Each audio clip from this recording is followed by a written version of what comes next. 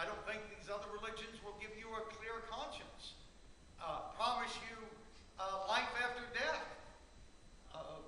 the resurrection of your body. These aren't promised in other religions. I've only known two worldviews. I've known Christianity and I've known atheism.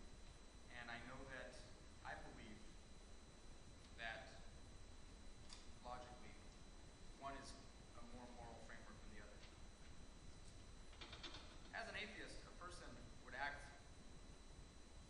towards other people if they're doing good deeds out of nothing more than human solidarity, obligations to do good that's innate. And when I was a religious person, there's this idea that God would want me to do something, therefore I should do it. And I'm of the opinion that I have undergone positive moral change since becoming an atheist, because my motivations are more personal.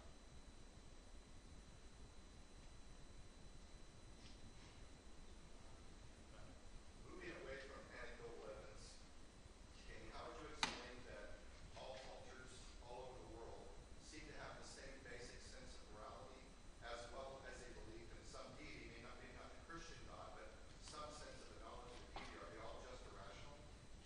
No.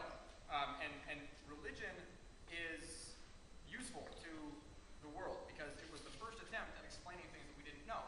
So when you've got humanity operating out of a place of extreme confusion, it made sense to think that there was a man in the sky hurling lightning bolts at the world.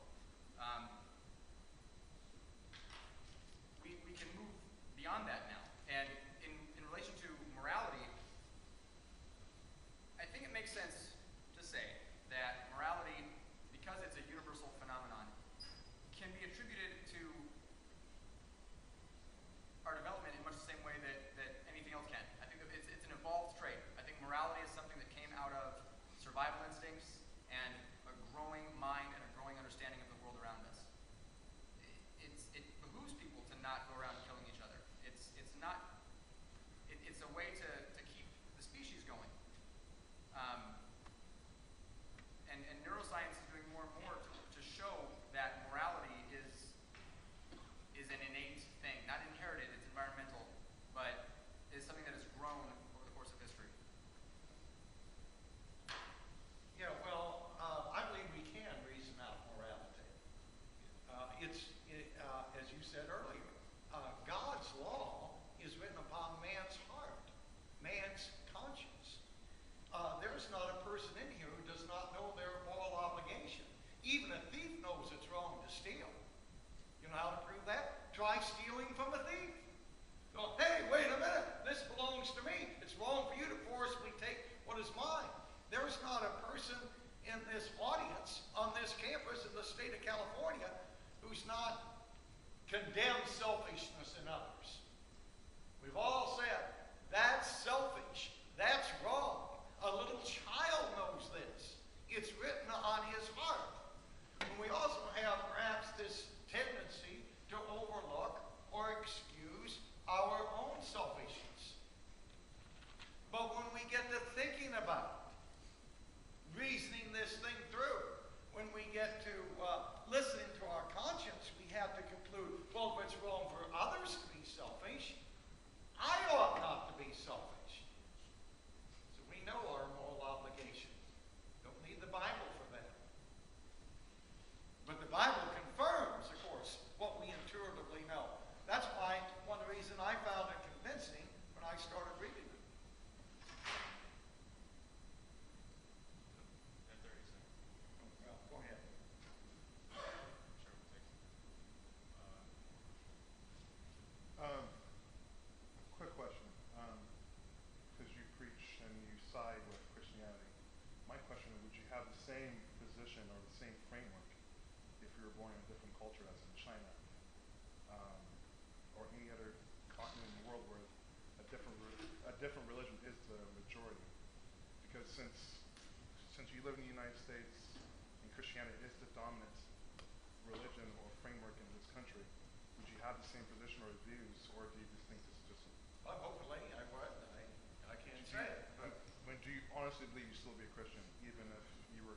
Well, I was raised in a Christian home, but I rejected Christianity, well, I suppose really during my high school years. And until I did not get converted until I was 29. I was a skeptic, wavered between agnosticism and atheism. And I would venture to say many in this room were probably raised in Christian homes. They're not necessarily following it today. On the other hand, I know people that were raised in essentially atheistic homes who are Christians today. So being a Christian is a choice. And, there are Christians in China. The church has to essentially be underground there, but maybe the church is stronger. Because usually persecution will make from a stronger church where, I go out and speak daily on campus. I don't get particularly fearful that people are going to want to arrest me and put me to death over that here in America. Well, it's interesting that he said that Christianity is a choice, because the Bible doesn't teach that. There are numerous, too many to mention, passages in the Bible that talk about God choosing people to save. Look at Romans 3 and Ephesians 1 right off the bat, if any of you are curious in looking into it. I've got a couple of notes in here about that, actually. 1 Thessalonians chapter 1, verse 4 and 5. We know, brothers loved by God, that he has chosen you, because our gospel came to you not simply with words, but also with power, with the Holy Spirit, with deep conviction. The Bible would teach that cultural and religious isolation are not necessarily an excuse for not believing Christianity, but that God has the ability to reach out and save you, which is interesting because it removes your free will from the equation completely and submits you to something resembling a celestial